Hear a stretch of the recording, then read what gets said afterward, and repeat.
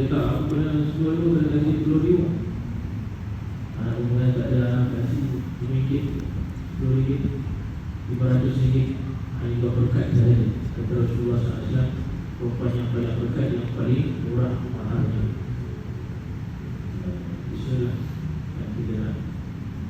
Jadi hak bukan hak wali itu. Kalau betul sampai kesalahan dan kita tidak mau menjalankan, maka itu sudah jadi menghubungi daripada mendapat atau menjalankan tidak berhasil.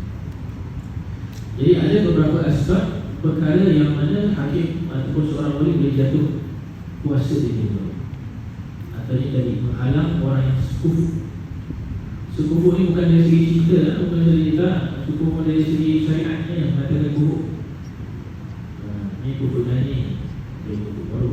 Jadi barulah itu datang hukum wali itu boleh jatuh, dia punya kuasa. Di antaranya bila mana seorang wali itu jadi fasik, atau wali ini bukan orang muslim, jatuhlah dia punya apa?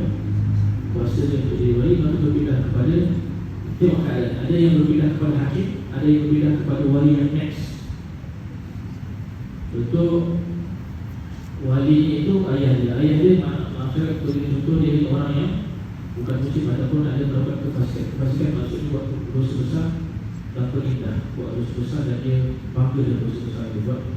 Jadi itu fasik. Fasik bertukar daripada ayah kepada adik. Atau adik-adik.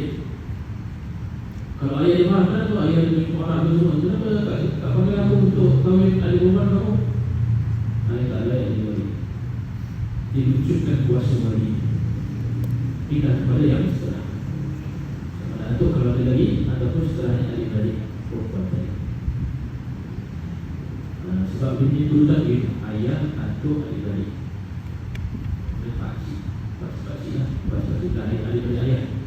Kemudian setelahnya itu adalah suku lah ayah akan.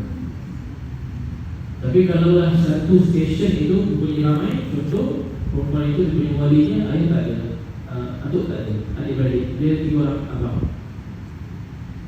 3 orang abang. Dia boleh pilih mana satu yang ayah.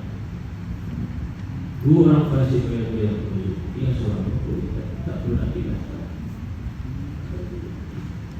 Jadi setiap perkahwinan itu mesti ada wali. Cumanya sama ada wali itu kemudian layak berkuasa atau kemudian dengan atas sebab-sebab tertentu diwujudkan kuasa ini berpindah kepada setelahnya atau berpindah kepada